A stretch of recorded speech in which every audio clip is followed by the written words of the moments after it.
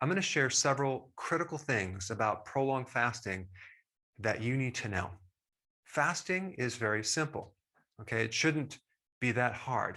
Some people overthink it, and those things that are really simple are usually extremely powerful. And that's what fasting is. I mean, it's actually mind blowing to think that the absence of food, just not eating, can create so many powerful effects. And if you haven't tried it, you should definitely try it. In order to understand the benefits of fasting, you want to compare it to another subject, and usually a subject that would be the opposite, okay? And that would be snacking, okay? If you look at what snacking does to the human body, it is absolutely positively devastating. In fact, I think out of all the things that you can do that create a negative influence on your body, snacking is at the top of the list because of what it does to insulin. It's a chronic increase in elevation of insulin, which then leads to just a million other problems. I mean, when you think about it, I guess I'll just pull this up right here real quick. I don't think you can ever heal the body with eating frequent meals, okay? We have this idea that you have to heal the body with food, right? Like food is nourishing. Actually, it might be nourishing, but to really heal, you're better off not eating. This idea that breakfast is the most important meal is a total lie. And I used to promote it before I learned otherwise. What about promoting like bedtime snacks for kids, right? Or after school snacks?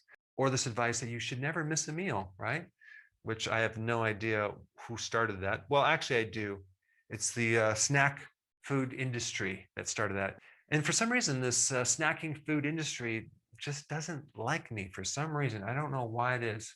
So if we look at snacking, snacking actually makes you more hungry because you're eating a small amount of calories and you're stimulating insulin, and that lowers your blood sugar about an hour and a half later. So you're going to stimulate hunger, not stimulate your metabolism. Okay. You're going to stimulate hunger when you snack, and it's going to promote more hunger. Okay. So, and you're never ever going to fix hypoglycemia by eating these snacks because it keeps that hypoglycemic low blood sugar thing going on and on and on. In fact, it actually slows your metabolism, or shall I say, slows your ability to lose weight because you develop insulin resistance because you have this constant increase of insulin. And also it's going to promote a need for a nap, okay, right after you eat. You're going to feel like you need a nap. And you may find that eating does reduce moodiness and grouchiness, but soon after, about an hour later, when your blood sugars are dropped, you're going to revert back to this moodiness. Now, in history, a lot of great thinkers have commented on fasting and had something to say about fasting. Hippocrates said, "To eat when you are sick is to fuel your illness." Fascinating, right? And then we have the ancient Greek philosophers, right? The great thinkers. Pythagoras. Pythagoras required fasting of his students, okay, so they can think more clearly. Plato, Aristotle were advocates of fasting. Ben Franklin said the best of all medicine is rest and fasting. Mark Twain said, "A little starvation can really do more for the average sick person than the best medicine and the best doctors." And another very interesting point about your fat, okay, your adipose tissue. Where did it come from? Why did we develop this fat tissue that you hate so much? Well, we developed it from scarcity of food, okay, food scarcity. And what this fat really is, it's an efficient way of surviving. It's a way to make your energy very efficient. And when some people express that they have a damaged or slow or ruined metabolism, what they really have is an efficient metabolism, because now the body can go with just a little bit of food for long periods of time, and that fat is retained. So fat is all about prolonging fuel. It's all about helping you survive when there's no food. So therein lies the secret to losing fat, okay? Can you do it by adding more food, by eating something? No. You want to mimic why we developed it in the first place. We want to mimic starvation, but not really starvation. I want to actually kind of clarify what I mean by mimic, okay? The difference between fasting and starvation really has to do with one thing: control. Who's in control? When you're fasting, you're in control. When you're starving, you're usually being controlled by the environment because there's no food. So if we were going to mimic starvation, we're really being in control because we could eat if we want, right? And so the secret to getting rid of your fat really is just to do prolonged fasting, okay? The power of prolonged fasting is just remarkable for your health. So let's go through the 7 critical things that you need to know, okay? The first thing I want to mention is that when you do fasting, you really only want to drink water. You can have tea, you can have some coffee, but you definitely want to take supplements. And the reason is because nowadays people are so deficient in nutrients. So even though when you go through fasting, your body adapts and becomes very efficient at holding nutrients, and the requirement of nutrients is a lot less, you could still have certain deficiencies of both trace minerals, especially, and other things like electrolytes and even the B vitamins. So I recommend taking your supplements. And the 2 main categories of supplements I would recommend are the electrolytes and the B vitamins. But of course, if you can also do some other ones like vitamin D, vitamin C, that would be important. What you don't want to do is you don't want to do like branch chain amino acids. You don't want to have little snacks. No, you don't want to do that. And there are some programs that promote that, but I don't recommend that, because what you're going to do is you're going to inhibit this very powerful thing that gives you huge benefits, okay? Called autophagy. What is that? That is a condition. It's not a thing, it's a condition in your body that basically recycles old damaged proteins, okay? So fasting is the most potent trigger to autophagy. And so autophagy is kind of like self-cleaning. It's cleaning up the old dead proteins. It's cleaning up pathogens in the body. It's stimulating all sorts of genes for long-term survival and longevity. It helps to clean up damaged mitochondria, which is directly behind the root cause of cancer. So this is why prolonged fasting is the best solution to cancer.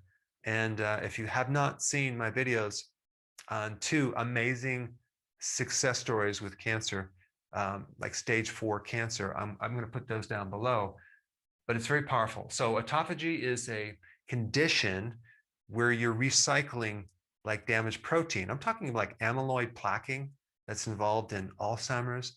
I'm talking about the damaged protein involved in chronic disease, like in your eyes, like from diabetes, from chronic inflammation.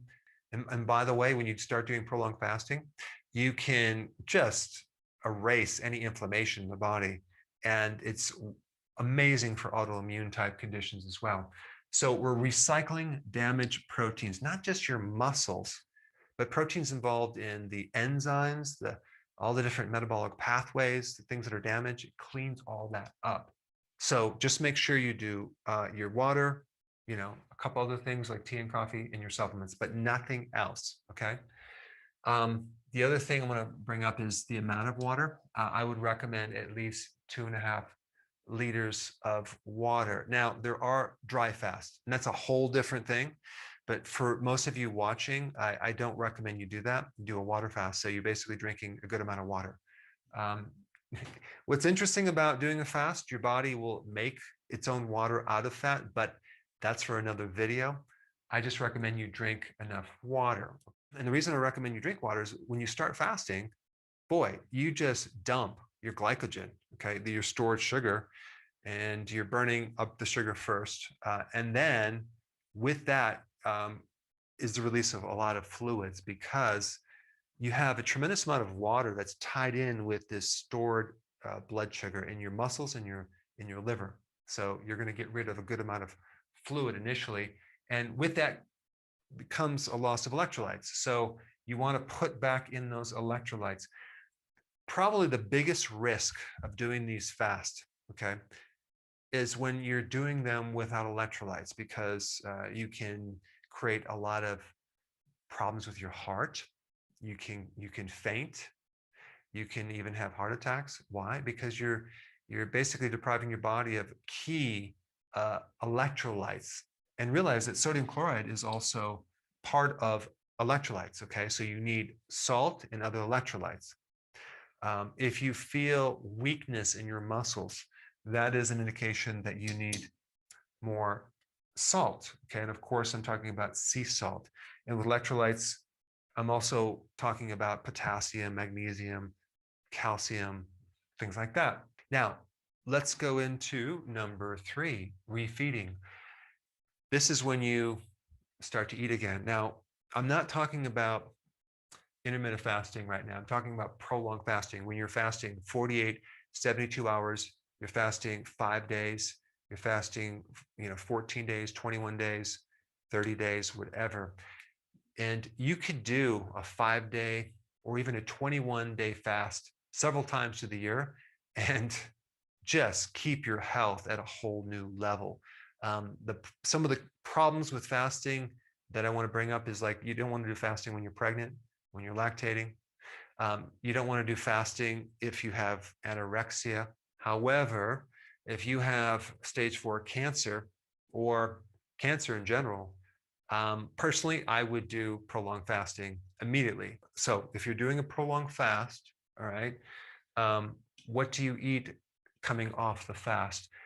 Well, you want to do something healthy, of course, but you don't want to do a big meal, okay? And you especially do not want to do something with refined carbs and sugar. And the reason is because you're going to create a huge shift of potassium, okay, out of the cell. And 98% of all your potassium should be inside that cell. And so in order to store sugar, you need potassium. So you're going to just suck out this potassium too fast.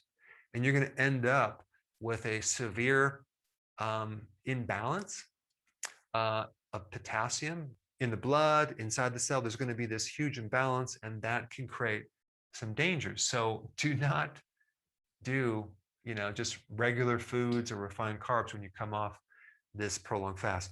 Instead, do a little bit of salad, maybe a little egg, just a little bit of something, and then wait for a couple hours, and then you can maybe have a little bit of nuts, and wait for a little bit, do a little avocado, and gradually kind of come out of this, okay?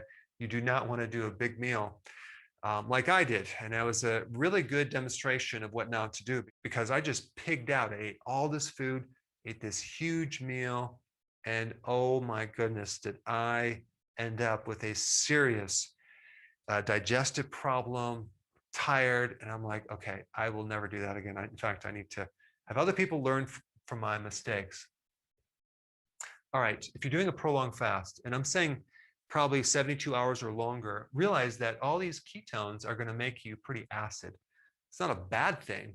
It's just that if you're doing apple cider vinegar and you're adding that, you're going to add some more acidity, and that can throw off your pH. And you may find that your pulse rate, it's like a very loud pounding pulse rate in your ear. That's going to make it difficult to sleep because your pH is off, and your breathing might be affected too, like air hunger, like can't get enough air. So just don't do the apple cider vinegar if you're doing a fast longer than 72 hours.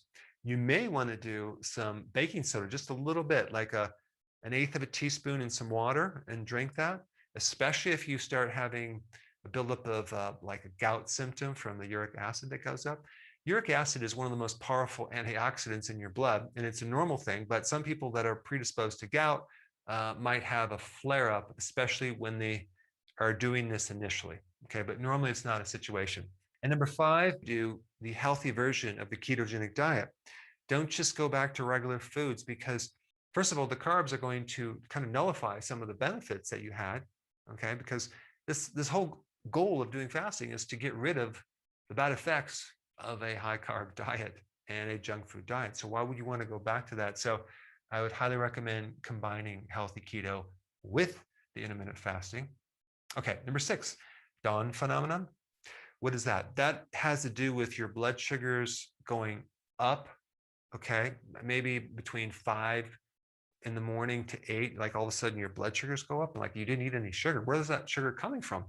Well, your liver is making sugar, okay? There's a problem with insulin resistance, which is still occurring because it takes quite a while to get rid of that condition. It could take months, even up to a year or a little bit longer to fully get rid of that. If you have the Dawn phenomenon, all that means is that you have insulin resistance, okay? And I wouldn't worry about it too much. However, if it concerns you, I would go for a long walk and just burn off that sugar. It's not coming from your diet, okay? It's just your liver is making the sugar. And that's a big difference between consuming sugar, all right? You're not gonna have a problem. And also that problem is gonna go away with time versus some people might think, oh, fasting is bad because it raised my sugar, so I'm gonna stop doing that. That would be a mistake. And so a couple of little things that you can do, you can probably take berberine or other things like cinnamon to help reduce insulin resistance, okay? All right, number 7, knowing when to break your fast. Now, should you just dive right into a prolonged fast? Well, you know what? You could. Are you going to feel great? Maybe not, especially if you haven't fasted. You're going to have to go through a period of time where your body adapts. And so it might take you several days before you start feeling good. So a lot of people do this gradually and they kind of ease into it after doing, weeks of intermittent fasting. So you could just cold turkey, just jump right in and do prolonged fasting, okay? However, when you start fasting, what you're really doing is you're switching from the glucose fuel to the fat fuel, okay? And then also the body then has to make new enzymes for ketones, okay? So your body actually is running on fatty acids as well as ketones, especially for your brain. Your brain can't run on fatty acids, it runs on ketones. So just think about this. You're not going to feel really good in your head when you start doing fasting simply because it takes a while to develop ketones. So in the meantime, what you could do is take MCT oil, or you can take ketone supplements and get rid of those symptoms. However, you may not feel good mentally at first, but then you start adapting and your appetite goes away and you feel good.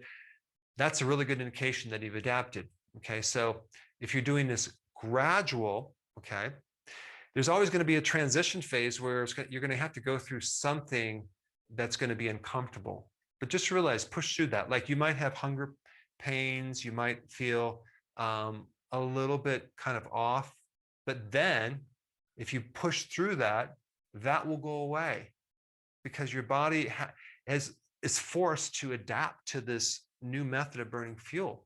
There's no other shortcuts other than just pushing through that sometimes. So at some point, going from intermittent fasting to prolonged fasting, you're going to have to go through a little bit of this transition.